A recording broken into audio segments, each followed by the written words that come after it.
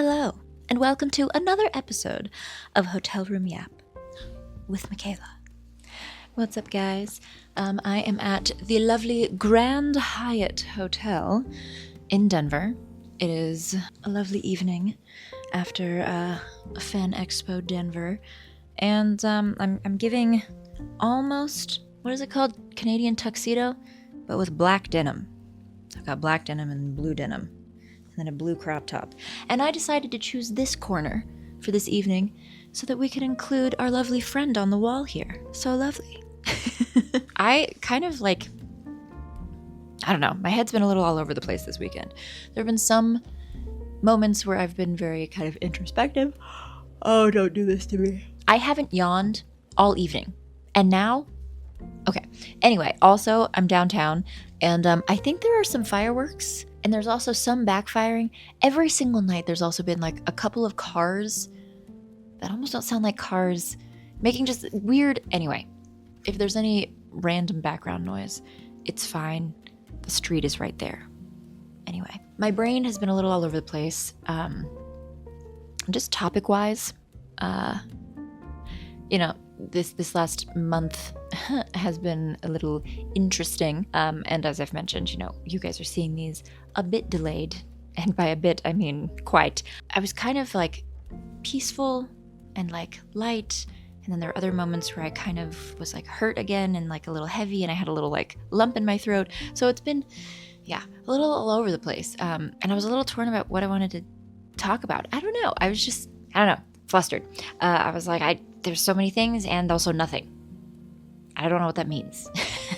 I feel like every time I've sat down, I've just been I have this conviction of oh my gosh, this is what's on my mind right now. And there's 30 different things on my mind right now. And also nothing. I don't know. So, I mean, this will probably be another slightly multifaceted yap because, I don't know, I kind of want to touch on just a bunch of different things. First of all, I think it is important to tell yourself that you're beautiful. And I don't mean trying to convince yourself. I mean truly wake up, if you have a mirror somewhere around, cool, and just be good morning, beautiful, because you are. I mean, it's so cool that we get to be here. We get to be alive. There's a what are the numbers? I don't know. I need to probably should have Googled this beforehand. But it's something 1 in a 1.6 billion chance or something. I don't know if that number is absurdly high or absurdly low. Maybe it's correct. I don't know. But the chance of you being here, as far as just sperm, egg, likelihood, etc., is incredibly rare. You are incredibly rare. All of us are. All of us are beautiful. So I think it's really important. And sometimes you can even say it when you don't feel it. Sometimes they say if you smile, it can actually put you in a better mood. Oh boy. But they say that sometimes if you smile, it can actually put you in a better mood, even if you're in not so great of a mood beforehand. So that's interesting to think about. Maybe that applies for, I don't know, just being kind to yourself. Although it is interesting because I see those memes or TikTok videos where people are somewhere out there, a therapist is telling, your worst nightmare or your bully that their actions are okay, or that they, I don't know, or something like that, where it's where it's the people who have hurt you are being told that their actions are justified or something. And so then I always get nervous about I don't know, that's a terrible thing to say. You might have just lost in the sauce there, but I'm talking about everybody waking up being good morning, beautiful, you're amazing, you're okay, you are, a good person, whatever. I say that being everyone should say that. But some people should also be good morning, beautiful, you've been an asshole. Can we have accountability and beauty? There we go. Accountability and beauty. See, we just had to start yapping. Oh my gosh. Yeah, man. Oh my gosh. The balance. Anyway, accountability and beauty. I'm so panicked that I am the nightmare girl. I'm so panicked because I started going to therapy at the beginning of 2023. Thank God I found my therapist. I love her so much. I found her through Grey Delisle. Maybe it's going to be accountability, beauty, and therapy. We'll see. But I found her through Grey Delisle, actually, because I was at a con and I should take my shoes off. Oh my gosh, the brain, woohoo, we're a little ADHD today. And I was like, man, I have been trying on and off, for the past like 7 years since I was in college, trying to find a therapist who matches with me and like who I get along with and who I can afford and like whatever. And I kept feeling like therapy was a fraud, to be perfectly honest, because I would look for somebody and we'd either have like an intro session and I just would be like, I don't know, I just don't feel like our personalities mesh, or we would have a session and I feel like they just wouldn't even be a real person. I have some bug bites on my feet because I had no shoes on last night and I was outside. Eee! Oh my goodness. I know you're not supposed to itch, but for some reason when I take my shoe off, it like itches more for a second and then it goes away. Okay, we're good. Some of them were like just so incredibly like bland. I would talk to them and they'd just be like, yeah, okay, great. Like, and how does that make you feel? Literally. I mean, that's where they get it from. And I'd be like, oh, and that makes me upset because, XYZ about this relationship or this thing that happened in school or my family or whatever. And then just kind of like, yeah. And then, and what do you think about that? And I'm like, what are we doing here? We're going in circles. Why? Who is paying for this? So I found the therapist. I asked Gray because I was like, you know what? Gray has been through some things. She's lived a lot of life. She's got some kids. She's got like so much career experience and probably has had some really interesting experiences, blah, blah, blah. So I was like, hey, Gray, do you go to therapy? Do you have a therapist that you've like really liked in Los Angeles? And she's like, yes. And so she connected me with her therapist and I love her dearly. So anyway, I'm afraid of being the nightmare girl. Thank you for sticking with me. We're jumping around topics. The ADHD brain apparently is alive and well this evening. I'm afraid of being the nightmare girl who is like in therapy, who is like a terrible person and being told that her actions are like, there's a reason why she did those things and like, but she's a good person still, but she's like doing terrible things. You know what I mean? And she saved me. I was a mess and I saw her every week. I think I saw her like twice a week for a couple of the first weeks. Once we were like, okay, are we like getting along? And I was like, yeah, I think this is going well. So there was like a couple months where I think I saw her like twice a week. It was a rough time for multiple reasons. And that was the first like consistent therapy I'd ever had. I had so much. We had a lot to get through. And she remembers details about you, which is so, so, so important. After I kind of was for 2023 just speaking with her. Wow, that's crazy. Sorry, I'm just thinking about the timeline of like life. Ooh.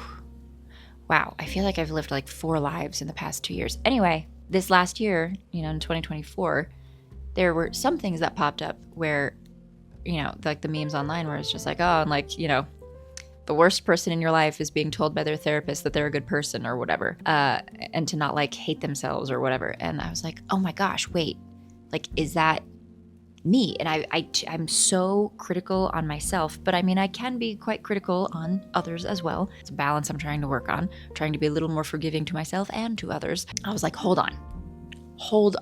Let us take a cold, hard freaking look here because, I am not a perfect person. Nor are you, nor are they, nor is anyone. But I was like, what have I done that's wrong? All right, let's like focus. And I don't mean like, oh, I just sucked at this, or oh, I showed up late to this party, or I canceled on this event last minute. I don't mean like that. I mean like, what have I done that has really, potentially hurt somebody, maybe in ways that I haven't even seen. And so I took some accountability for myself. I know there's definitely one thing for sure that has hurt somebody. And it was something that I kind of knew I was doing a little, but not really. And looking back at it, I'm curious if actually the information I was told, I'm keeping this vague, but I started seeing somebody, and somebody the person that he had been dating previous, we were all like in a cast together for like a project, and then they like broke up, and we kind of started seeing each other, and I like knew, I was like, maybe I should like talk to this other person and like tell them, but we weren't really friends. Really, we'd like seen each other 2 times since the project ended, and I was like, all right, like maybe I should reach out, but then I was like, maybe not, maybe that would be worse, I don't know. But then she reached out to me and was like, oh my gosh, like, did you cheat on me, like, or us or whatever? And I was like, no, oh my gosh, no, not at all, no. But now I'm, after I've become more familiar with who this person is, and that whole thing has ended. This was years ago, by the way. I'm like, oh, I wonder if the timeline I was told was incorrect. I'm wondering if the information I was given was incorrect, because she seemed a little distraught and pretty upset. And so I was just like, oh, maybe, she's just upset because like it feels close to home, whatever. And maybe that is why she was upset. I don't know. But I'm wondering if the timeline I was told was not true. And that makes me feel really icky. And I also feel icky with, I did respond to her, pretty quickly after she messaged me, and I was like, no, absolutely not. And like, I was thinking about mentioning something, but wasn't sure if I should, I don't know. But like, absolutely not, no. And I truly, I felt bad about that, but I also just feel bad thinking about, I don't know, the timeline of things and how serious it might have been, or if it was downplayed, and if I was given incorrect information. Anyway, yeah. They were living together. I was not the brightest. And I just kind of believed information as if it were true, because I was like, sure, yeah, that makes sense. And I'm like, oh, that was not the best Michaela moment. No, it was not. And like, yeah, that was just like sucky of me. Yeah, there's no real other way to put that. My critical thinking skills were not the best. I was definitely not in the happiest place in my life. I wasn't being like stupid, but I definitely was not, making the best self-serving decisions at that point in my life. Yeah. And so it makes me feel icky. And I've thought about reaching out to her. It has been years. That relationship has ended. Like, but then it feels like self-serving. It almost feels like if I reach out, I'm doing it because like I want to feel better. And like, what's the point? Or if I don't send it, is that worse because I'm like avoiding accountability? I want to apologize and be like, that was crappy. Like, yeah, I'm not saying this for you to like me. I'm just realizing now, thinking about what was happening, the information I was being told, how you reached out and kind of were reacting to that, and the timeline. It seems a little shady, and it seems like I maybe just kind of, ignored some exterior details and was just like, yeah, sure, I'll accept this information is true, and then moved forward just like with my feelings. Yeah. So, and I'm also wondering if recent events were like karma for that moment of mine, which is crazy to think about, because that has crossed my mind a little bit, because a worse version of that, but a version of that happened this year. When it was happening, I was like, ooh, is this like the universe like slicing my neck for this version I did? No, because I was not trying to, befriend this girl, and she wasn't telling me intimate details of their relationship and their breakup. I had no idea her perspective of things. I had no details from her about how it ended, the timeline, during the relationship. I got none of that information. I knew that like she wasn't really happy at the end of the relationship, who usually is. And that was like through friends and kind of generally. So anyway, I was just like, oh, like it just didn't work out. And, you know, she's upset and dealing with the breakup, whatever. But yeah, I did not like talk to her consistently about her breakup. Yeah. So I don't know, but maybe I'm just, trying to work through lots of things. Anyway, so I'm just trying to figure out if it's like worth it to say anything. I don't even know if this girl's number is the same. You know what I mean? But that is like one thing I definitely know hurt someone. And at the time I wasn't really paying attention. Yeah. And maybe the timeline was real. And maybe she was just upset because she thought that maybe something had happened before they broke up. I don't know. And part of me didn't want to like pry necessarily because maybe it would have been hurtful too. But then the other part of me is like, maybe it would be nice for me to, I don't know. It's life is hard to navigate and people are kind of doing the best that they can. But yeah, that was like one thing I was like, that was not great. Another thing is with this similar timing, this year was rough for me. I was not my best self for many reasons. But I'm a good friend of mine from college, one of my best friends, was coming into town while on break from school and from after college, more intense school. But she was on a break and she was like, I'm going to come in, and then we were going to go on a little trip together. And her flight was getting in at a certain time, and I was going to meet her at my apartment, and I was going to let her in, and then we were going to go to like get dinner. And I was on a date with this same new guy, and did we go see a show? I think we went to go see a show and had some dinner, and then we were like stopping to have like a drink before we went back uptown, and her flight like got in early. Yeah, something early, I think.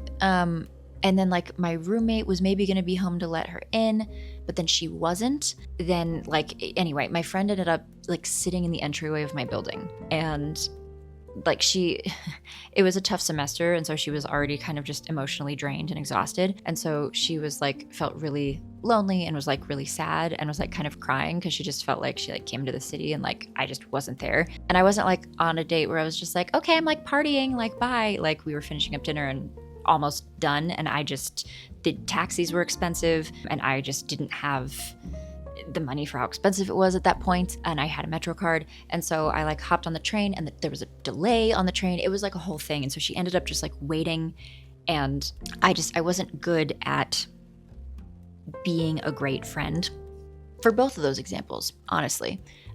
For the friend from college, definitely more so because we have many years of relationship, and for the other girl, like we were general like acquaintances, I guess. Like we were friendly, we weren't friends, but it definitely, I feel like now like a check-in is just like, I don't know, almost a no-brainer, where it's like if something's happening, just be like, hey, like are you guys, you know, when did you guys end things, like, you know, just like clarifying information, I feel like, especially if there's someone kind of close to somebody else in the dating, I don't know, but just wasn't good at being a good friend. And so what I should have done is, as soon as it was like, oh, my flight's gonna be early and like I'm gonna get to your apartment earlier, and I figured out that my roommate like wasn't gonna be home and like her work was running late, I should have stopped the date right then and been like, hey, one of my best friends coming into town, I'm supposed to meet her at my apartment. We're doing a trip thing.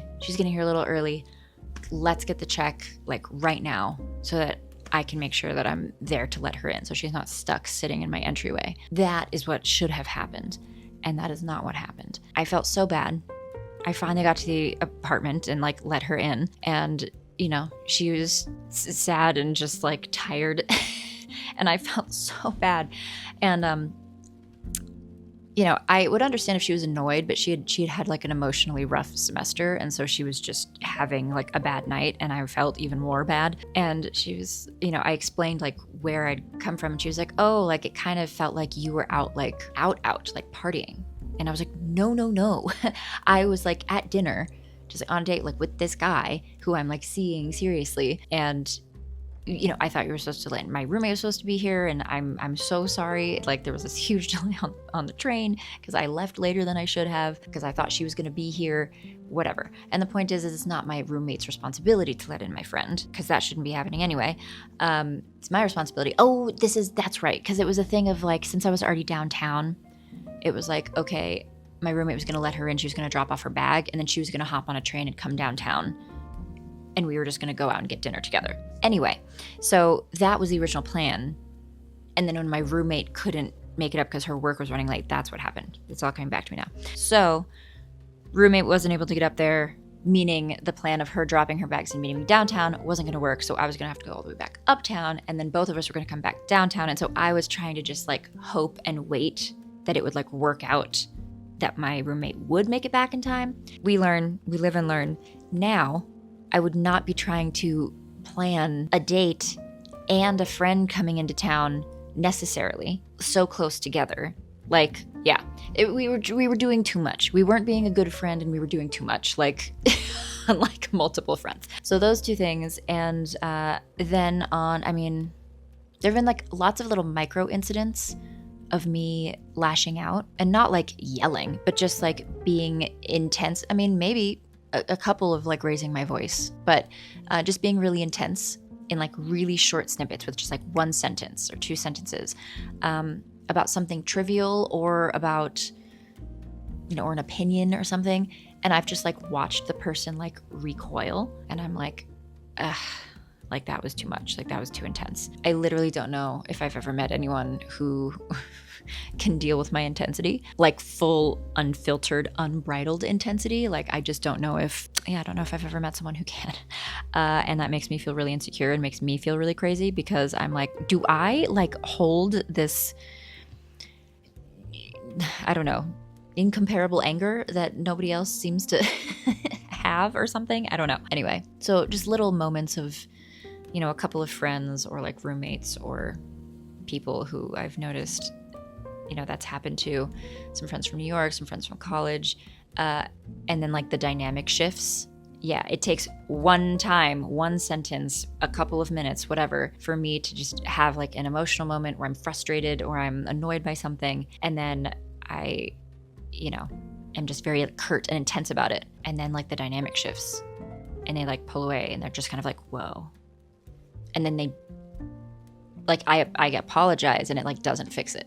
And the intensity was too much. And now there's like a separation between us. And I'm like, oh, cool. And that's a bummer, honestly, because I've had people do really crappy things to me and I want to forgive them and then keep moving forward.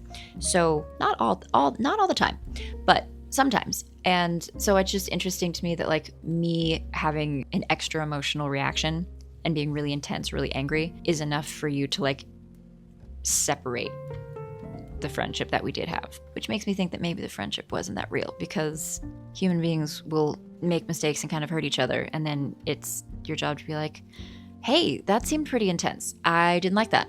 And that really hurt my feelings. And then for me to be like, I'm really sorry.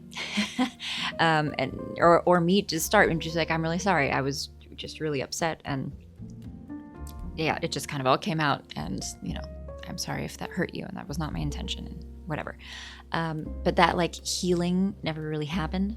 But that also takes some emotional maturity. And that also takes somebody caring if the friendship is healed. So anyway, I'm worried about being the nightmare girl in therapy who's being told that she's a good person when she's actually kind of a terrible person. And my intensity makes me really insecure a lot of the time. I'm like afraid to just outwardly process my emotions because I have had multiple people like shut down in front of me in friendship and in dating whenever I'm just feeling things.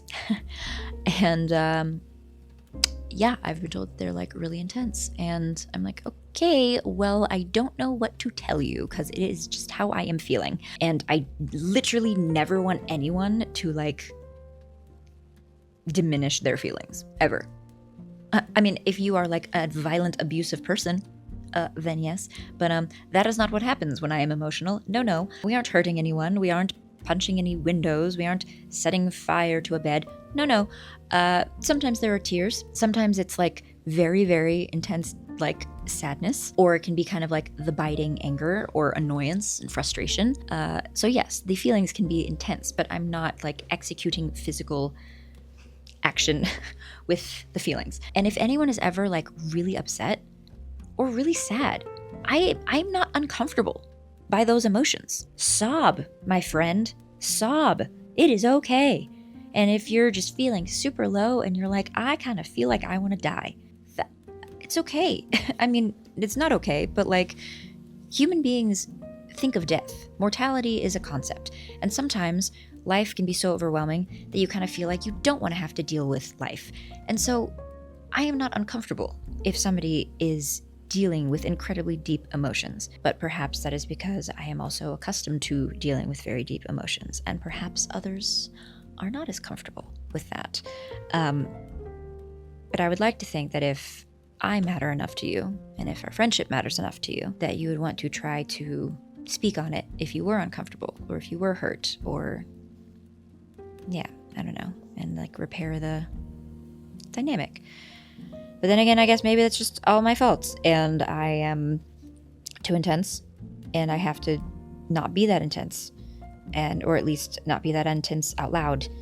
And I think I've worked on it a lot. I think we're a lot better. Like, I'll still have like the strong opinion or the strong feeling, but it won't come out the exact same way.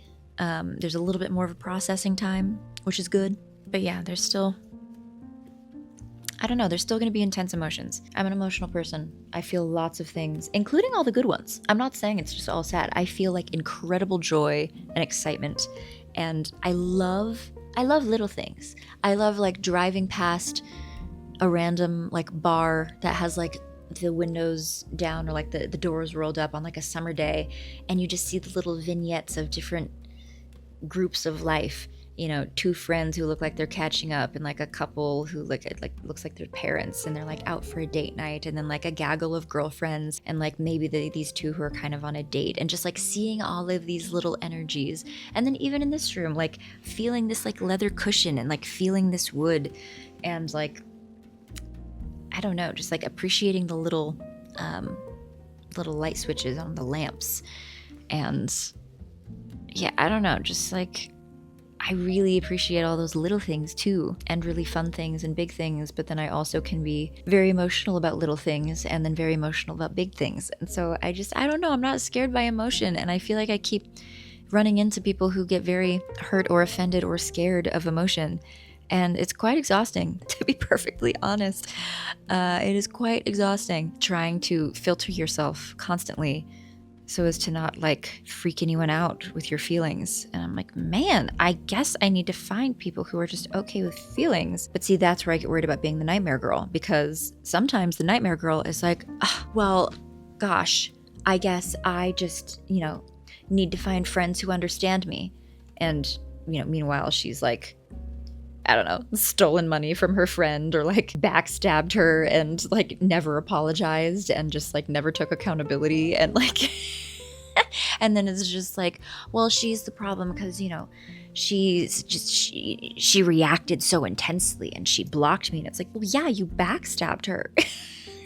And so I get nervous that I'm like, it's like, oh, I have all these feelings, but maybe they are bad. Maybe I'm the nightmare girl because like maybe what I have said and how I've said it is actually terrible. I haven't like cussed anyone out. I don't know. I don't want to be the nightmare girl. Anyway, I don't know why I've titled her the nightmare girl. Just like a little ghost that comes to you in your nightmare. No. Anyway, gosh, yeah. Therapy and accountability, man. It is really tough. And it feels icky. Sitting alone with your feelings and your thoughts and your accountability can be quite intense. And I've realized a lot of people probably don't want to do it, and so they just don't. I'm okay doing hard things. I'm not always perfect at it, but I'm okay doing it. Sitting and being like, ooh, I was a crappy person then. I can't take that back. That dynamic is affected because I was really crappy. And I'm not talking about the times where I was emotional. Those I'm still conflicted about and I'm confused a little and I'm trying to just navigate it. But the times where I definitely knew, I was like, that was crappy. That was crappy. That was really crappy, actually. I can't fix those moments, but I can hope to dear God that I have learned from those moments and that in that situation, I would be 10 times of a better person now or in any situation moving forward than how I handled it, 5 years ago. The 20s are a lot of learning, which is really funny because I have lots of friends who are all across the 20s because, I just turned 30 last year, so I'm really not that old. But I think I keep kind of having the misconception that we're all very similar. And everybody ages at different rates, of course, but I think it becomes very apparent in crisis mode, in problem solving, and definitely in emotional accountability. And just accountability in general. But whenever, it's all fun and easy, it feels like we're all kind of the same. And then, you watch a 20-year-old or a 22-year-old or a 25-year-old or a 28-year-old handle something, and you're like, oh yeah, you haven't done as much life yet. Oh, you haven't learned that lesson. Oh, you're learning that right now. Okay, yeah. Got it. Canon event. Nothing I can do. So, yeah, it's definitely interesting. That's the difference in age, for sure. Not that I'm done. Not that I'm perfect. I will absolutely be messing up more times before I die. Maybe even after I die. Who knows what happens? So I don't know. This kind of became like a weird confessional. But hopefully, it was maybe a couple of those stories sound similar to something you guys have dealt with, or maybe just me being candid with a couple of scenarios. I'm trying to be a little vague with them. I'm not trying to bring any particular names and details and whatever into this. So I was trying to just give the examples as best I could while keeping it relatively private, for the sake of just humans involved. But I think accountability is hard, and I think it can be something too that is like easily like redefined or misdefined, like incorrectly defined, because a lot of people just avoid it and they think that they're doing the right thing because they're just like, oh, well, like this person, wouldn't want me to say this, or oh, I just shouldn't stir the pot, or oh, I just shouldn't. And so this avoidance all of a sudden seems like a choice of like respect or something. It's not. Accountability is uncomfortable, and facing something kind of awkwardly and admitting that you messed up and then moving on. And it's been interesting because I've been faced with a couple instances of accountability in the past couple years that I haven't necessarily dealt with the most gracefully, but some of them were incorrect. Some of them were correct, but some of them were very incorrect. And it was frustrating because I would be like, no, this isn't true. This didn't happen.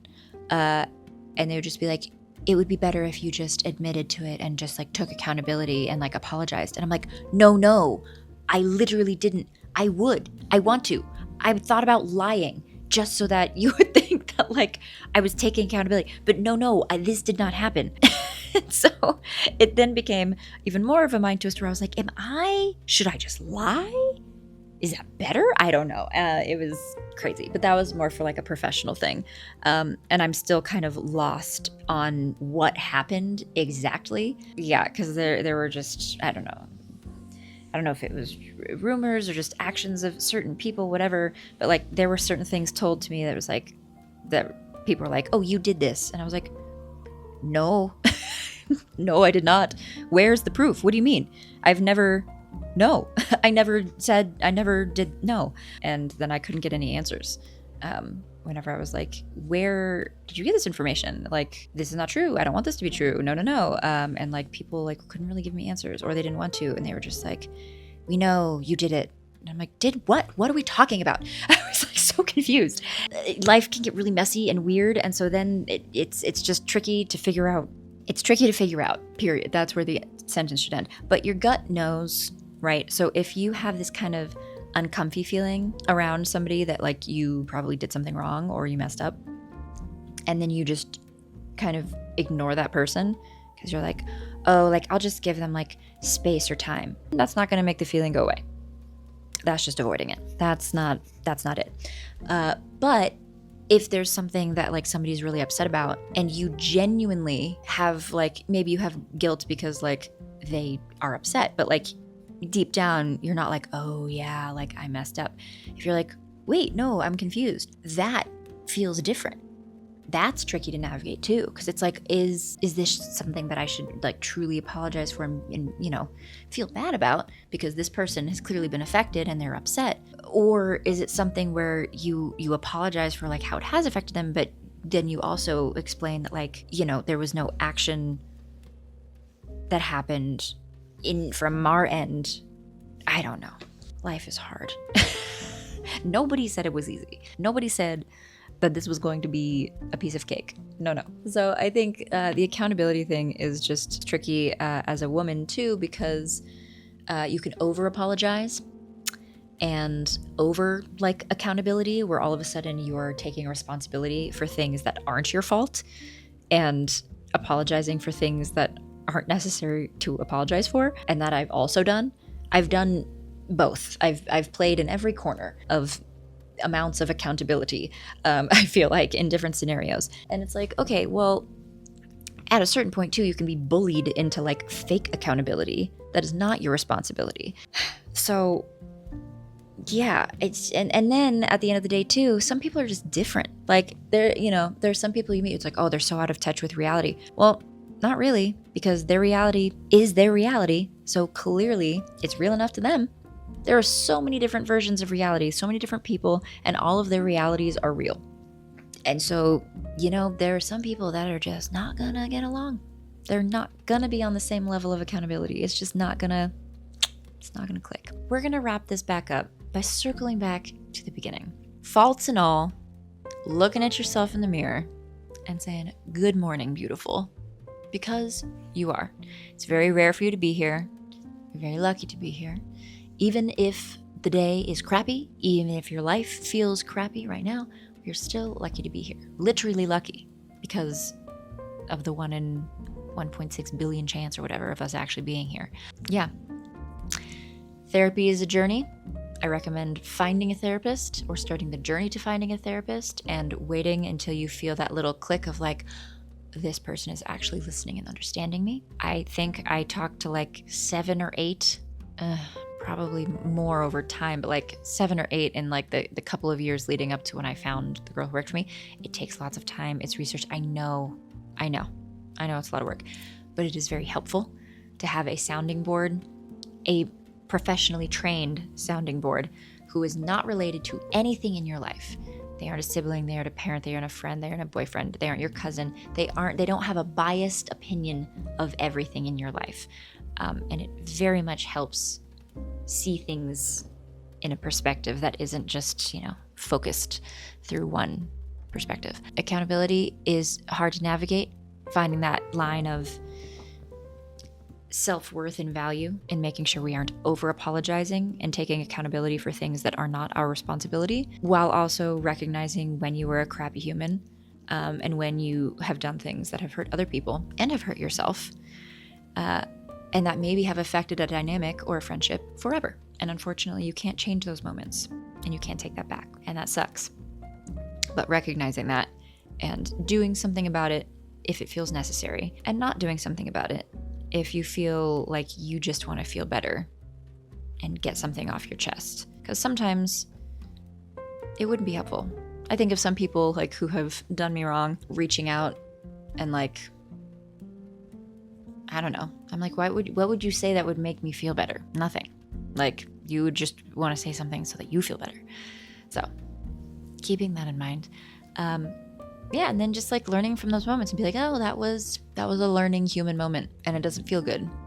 And I never want to do that again, anything like that. I never want to make somebody feel that way. I never want to feel that way. But then also recognizing that that is the journey of living, and living can be beautiful, just like you are. Okay, well, thank you. We started off a little varied, but then all of a sudden, we found a yap topic. That's what happens. That's what yappens. Okay, we're getting silly goosery. Okay. It's our favorite friend. You know her well.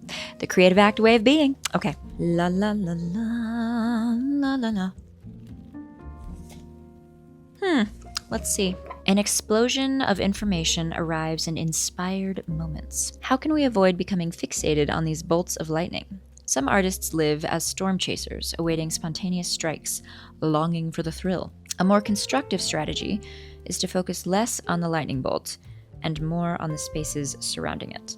The space before, because lightning does not strike unless the right preconditions are met, and the space after, because the electricity dissipates if you do not capture it and use it. When we are struck by an epiphany, our experience of what's possible has been expanded. In that instant, we are broken open. We've entered a new reality. I have absolutely no idea how this is supposed to connect to today's topic. Normally, we kind of have a connection point, and this one, I really don't know. Maybe the kind of lightning strike or the lightning bolt moment of, a gut feeling, a guilty feeling, an accountability feeling, perhaps, and noticing like what's happening before and after those moments, like what led to that, and how much of it was in your control and how much of it you need to take responsibility for. Yeah, I don't know. No idea. More constructive energies to focus less on the lightning bolt and more on the spaces surrounding it. Yeah, who knows? But anyway, there you have it. Thank you very much, Rick Rubin. Thank you, fellow friend on the wall, pet, knows pets. Yeah. This became much more yappy than I thought. And like I said, it kind of just became like a confessional. I don't know. It's a little different than the normal yaps. I don't know if I liked it. I feel like I was just kind of annoying the whole time. But maybe it was that. Maybe you liked it. I have no friggin' idea. Okay, I'm gonna go wash my face, brush my teeth, brush my hair, and go to bed. Yay! Thank you for joining me for this episode of Hotel Room Yap. And I will see you guys next time in a different fun chair in that corner. Bye, guys.